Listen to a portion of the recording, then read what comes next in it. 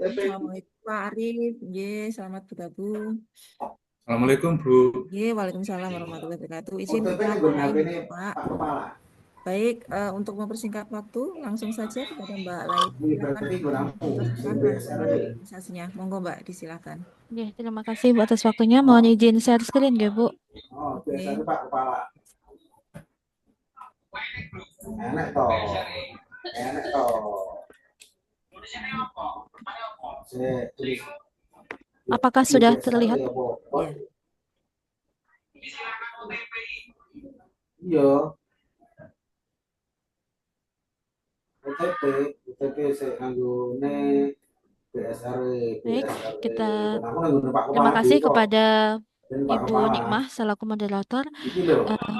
Assalamualaikum warahmatullahi wabarakatuh. AMS Terima kasih kepada Bapak penguji, Bapak Dr. AMS Haji Karsono BSRE. SPD MM. Aku tulisannya. Yang kedua AMS kepada Ibu BSRE moderator yaitu Ibu Susityo Banwalan. Nikmatul Alfiah, Aku tulisannya. SSMSI, dan juga Bapak AMS BSRE. mentor Bapak Arif Supriyadi SAG MPD. Terima kasih atas waktunya. Yo, Kepada berarti saya hubungi HP-mu. diberikan presentasi atas rancangan aktualisasi yang akan saya laksanakan di 1 bulan ke depan. Pada rancangan aktualisasi ini, saya mengangkat sebuah judul yaitu penerapan strategi pembelajaran berdiferensiasi untuk mengakomodasi keberagaman gaya belajar peserta didik pada mata pelajaran PPKN di MTSN 15 Boyolali. Dari apa yang sudah kami identifikasi, terdapat 5 isu yang ada di satuan kerja kami di MTSN 15 Boyolali. Kebetulan saya seorang guru PPKN, Bapak Ibu, di MTSN 15 Boyolali sebagai guru PPKN. Dari kelima isu yang saya dapatkan, saya analisis menggunakan analisis isu APKL. Ya, kemudian saya analisis menggunakan analisis isu USG, dan saya dapatkan satu core isu, yaitu belum terakomodasinya keberagaman gaya belajar peserta didik dalam pembelajaran PPKN. Berdasarkan core issue ini, saya membuat rancangan, yaitu ada 5 kegiatan untuk memberikan solusi terhadap terjadinya core issue. Yang pertama yaitu rancangan kegiatannya membuat atau melakukan kegiatan asesmen diagnostik. Asesmen diagnostik ini ada 2, yaitu asesmen diagnostik kognitif dan non-kognitif. Untuk yang kognitif yaitu berkaitan dengan kemampuan belajar peserta didik yang kami berikan pertanyaan pemantik. Yang kedua yaitu asesmen non-diagnostik untuk mengetahui keragaman gaya belajar peserta didik yang kami berikan instrumen kuesioner yang akan kami bagikan melalui Google Form, di mana kegiatan ini berkaitan dengan core value yaitu kolaboratif, kompeten, dan juga akuntabel. Untuk kegiatan yang kedua yaitu untuk membuat modul ajar atau LPP yang berdiferensiasi. Apa bedanya dengan modul ajar biasa? Jadi kalau di dalam modul ajar berdiferensiasi ini, kami yang pertama menetapkan tujuan pembelajaran sesuai dengan KIKD yang akan kami capai. Yang selanjutnya yaitu ada 3 diferensiasi, yaitu diferensiasi konten, proses, dan produk. Di mana semua itu dikaitkan dengan tujuan pembelajaran yang akan kami sampaikan kepada peserta didik. Di mana di diferensiasi konten yaitu mempersiapkan kesiapan belajar peserta didik, di mana nanti akan ada 3 kelompok. Yang pertama kesiapan rendah, kemampuan rendah, sedang, dan tinggi berdasarkan hasil asesmen diagnostik kognitif, hasil dari analisis dan pemetaan di pertemuan sebelumnya. Yang kedua yaitu diferensiasi proses, nanti berkaitan dengan kelompok gaya belajar peserta didik ada 3, yaitu kelompok auditory, visual, dan kinestetik. Yang terakhir yaitu diferensiasi produk berupa penugasan-penugasan berkaitan dengan gaya belajar masing-masing peserta didik. Kenapa kok gaya belajar ini menjadi salah satu hal yang krusial kami angkat? Karena di dalam pembelajaran PPKN itu kan pembelajarannya materinya konseptual, terlalu konseptual. Kalau kita tidak kreatif sebagai seorang guru menyesuaikan dengan keragaman gaya belajar peserta didik, akhirnya pembelajaran nanti menjadi lebih monoton gitu. Yang ketiga yaitu kegiatan pelaksanaan dari pembelajaran PPKN yang dinamis dan fleksibel dengan tadi menginternalisasikan 3 diferensiasi, ada diferensiasi konten, proses, dan produk. Di mana di dalam pembelajaran PPKN ini untuk diferensiasi konten, anak-anak itu diberikan bahan bacaan berjenjang sesuai kemampuannya, kemampuan rendah, sedang, dan tinggi. Sedangkan untuk diferensiasi proses dibuat kelompok sesuai dengan kelompok visual, auditory, atau kinestetik. Yang terakhir yaitu diferensiasi produk untuk anak-anak yang gaya belajarnya dia lebih cenderung auditory, mereka diberikan penugasan berupa rekaman wawancara dengan guru atau dalam hal ini kebetulan materinya adalah Negara Kesatuan Republik Indonesia yang dikaitkan dengan konteks demokrasi di Indonesia. Nanti anak-anak kami arahkan untuk wawancara dengan pembina OSIM, organisasi siswa intra madrasah begitu. Atau sama siswa yang bergabung dengan OSIM itu sendiri. Yang kedua yaitu diferensiasi proses berkaitan dengan kelompok visual. Untuk kelompok visual, anak-anak yang belajarnya visual itu kami arahkan penugasan dengan cara membuat poster Bapak lewat Canva. Kenapa Canva? Karena kami kebetulan di setiap hari Sabtu ada kegiatan P5 yang masih kami selenggarakan dan mereka sudah terbiasa dengan media berupa Canva. Ini penggunaan HP begitu. Yang terakhir yaitu berkaitan dengan diferensiasi produk untuk gaya belajar kinestetik. Untuk kinestetik, anak-anak nanti diarahkan untuk pembelajaran pembuatan mind mapping. Nah, untuk berkaitan dengan core value, untuk kegiatan matrik kegiatan yang ketiga ini berkaitan dengan core value berorientasi pada pelayanan, kolaboratif, dan harmonis. Untuk rancangan kegiatan yang keempat yaitu melaksanakan pembelajaran penerapan teknologi sederhana yaitu HP yang untuk mendukung terbentuknya lingkungan belajar kondusif dengan memanfaatkan kuisis. Jadi untuk tahapan yang keempat ini kami melakukan evaluasi pembelajaran. Pembelajaran apakah anak-anak itu sudah bisa mencapai tujuan pembelajaran yang telah kami sebagai seorang guru tetapkan atau belum begitu. Dengan cara melalui media kuisis. Kenapa HP? Karena rata-rata anak-anak itu kebetulan di hari Sabtu kami sudah terbiasa bahwa anak-anak itu boleh membawa HP itu di hari Sabtu atau di hari tertentu yang memang sudah diizinkan oleh guru mapelnya dan nanti kerjasama dengan wali kelas gitu. Dan hampir semua anak itu sudah memiliki HP. Dan yang terakhir yaitu kegiatan evaluasi dari strategi kegiatan pembelajaran berdiferensiasi itu sendiri untuk mengetahui tingkat keefektivitasannya. Apakah nanti dengan strategi pembelajaran ini betul-betul bisa meningkatkan mengakomodasi gaya belajar peserta didik atau tidak. Jadi ada dua evaluasi. Yang pertama yang nomor 4 tadi, kegiatan keempat untuk tujuan pembelajaran, dan yang kelima ini untuk mengevaluasi kegiatan strategi pembelajaran itu apakah sudah efektif atau belum untuk mengakomodasi gaya belajar peserta didik. Nah, hal ini sesuai dengan core value berakhlak yaitu kompeten, kolaboratif, dan berorientasi pada pelayanan. Nah, ini kemungkinan akan adanya kendala dan antisipasi mungkin karena rata-rata tadi menggunakan Google Form, terus kuisis begitu ya. Mungkin nanti akan lebih cenderung ke kendalanya di perangkat dan juga akses WiFi. Jadi mungkin kalau nanti anak-anak yang mungkin HP-nya tertinggal atau sebagainya, kami menyiapkan perangkat lain seperti tablet atau laptop yang kami sediakan untuk anak-anak yang mungkin nanti tidak membawa. Dan untuk WiFi yang mungkin habis kuota dan lain sebagainya, kami nanti sediakan WiFi secara tethering. Oke, baik. Gitu Cukup untuk buat jadwal kegiatan. Leni ya. Yeah. Ya. Baik. Terima kasih. Bisa di-scroll ke judul atas ya, Mbak ya. Terima kasih atas presentasi yang disampaikan Mbak Laili. Berikutnya kesempatan pertama kami persilakan terlebih dahulu kepada Bapak Arif Supriyadi selaku mentor untuk memberikan dukungan dan penguatannya. Monggo Bapak, kami silakan. Terima kasih Bu. Assalamualaikum warahmatullahi wabarakatuh. Waalaikumsalam warahmatullahi wabarakatuh. Kami hormati Bapak Dr. Karsono selaku penguji dan Ibu Nekma selaku moderator atau kelas serta Saudari Laili Mufatahah. Berikut akan saya sampaikan penguatan dan dukungan terhadap core issue yang telah dibuat oleh Saudari Laili Mufatahah.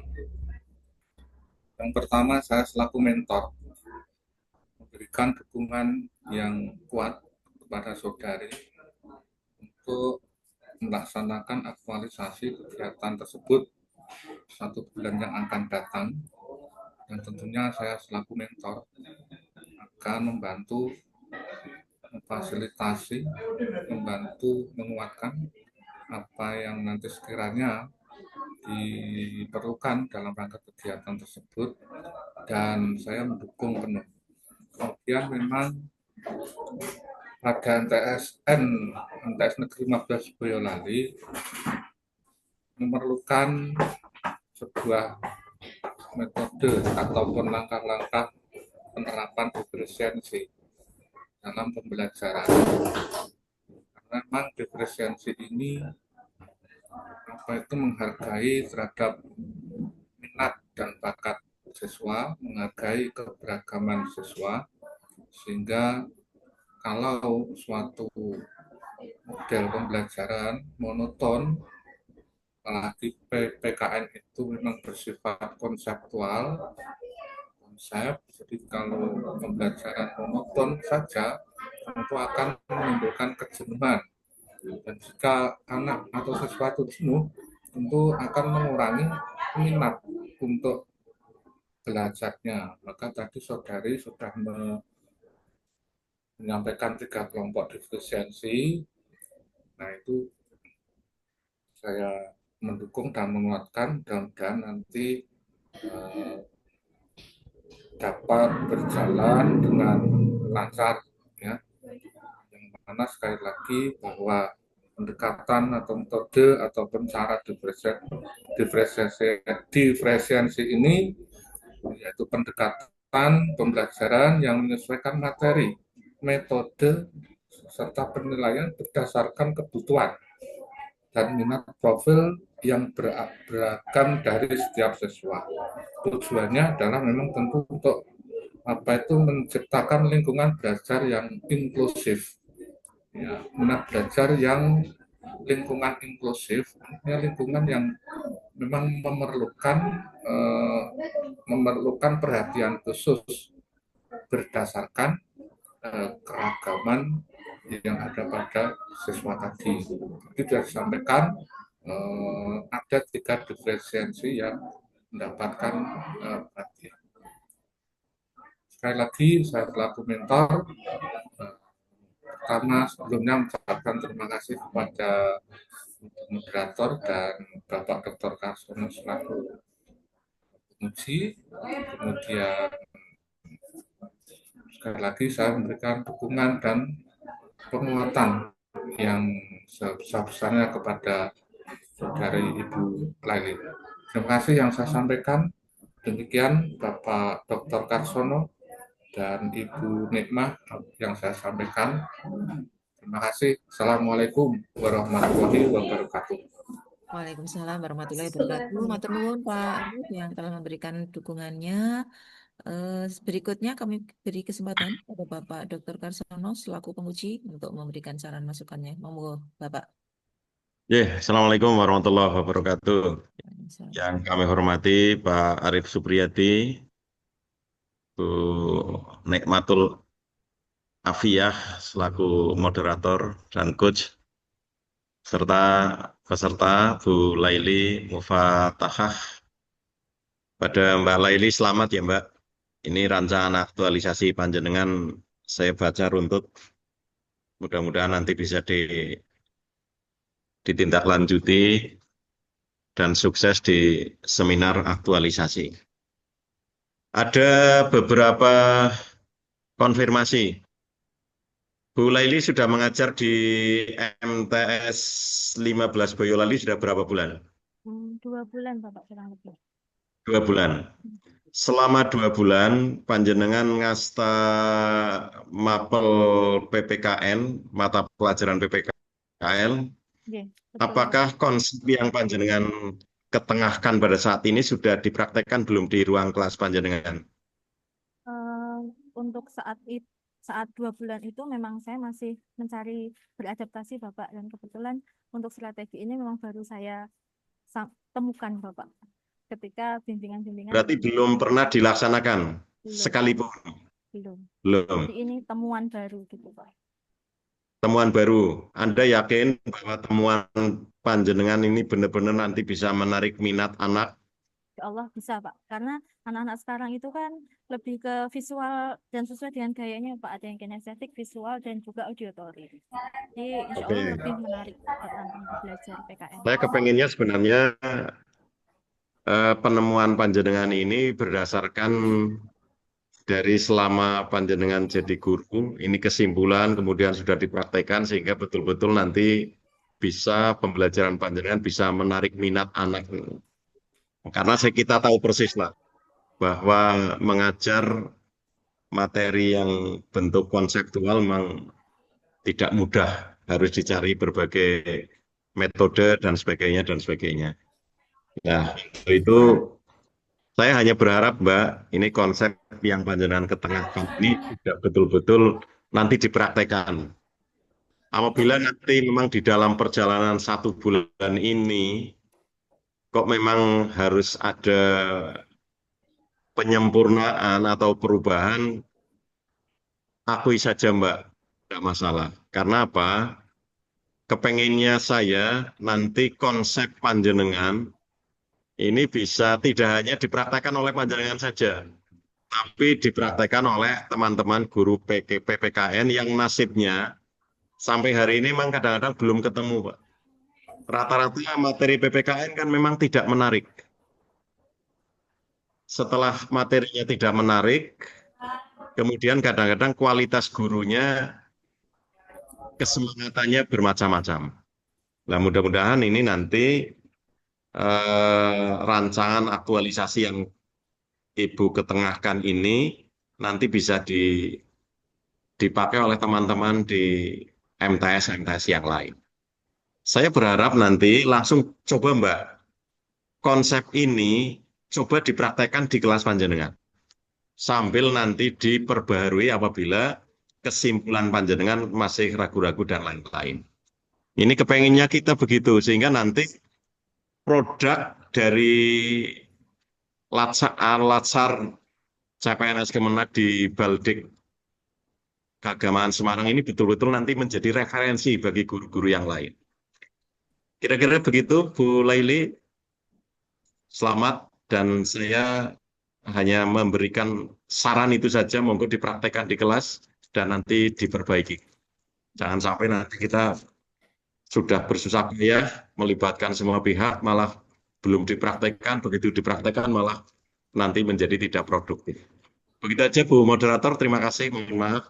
Saya kira Assalamualaikum warahmatullahi wabarakatuh. Baik, matur nuwun Bapak Karsono. Untuk Mbak Laili, barangkali nanti lebih fokus pada kegiatan yang evaluasi ya Mbak ya. Artinya ketika inovasi ini sudah diterapkan ya, barangkali di short term jangka pendek di kelasnya Mbak Laili, dan nanti kira-kira bagaimana hasil evaluasi sehingga menjadi rekomendasi untuk tindak lanjut berikutnya di jangka menengah, begitu ya mungkin ya. Baik, Ya. terima kasih Pak Karsono, terima kasih juga Bapak mentor yang telah memberikan penguatan, senantiasa dikawal terus nggih Bapak. Untuk Terima Mbak kasih, Bu. Lili semangat selalu nggih. Siap, nggih. Oke. Baik, boleh leave room Pak Arif jika ada kegiatan yang lain, giat lainnya monggo. Oke, siap, Bu. Terima kasih. Assalamualaikum warahmatullahi wabarakatuh. Waalaikumsalam warahmatullahi wabarakatuh. Baik, sambil menunggu peserta berikutnya Mbak Linda, Mbak Mahda, udah ready ya. Saya izin sebentar ya untuk apa namanya lagu Indonesia Raya. Sewu. Sama, Bu. Nggih.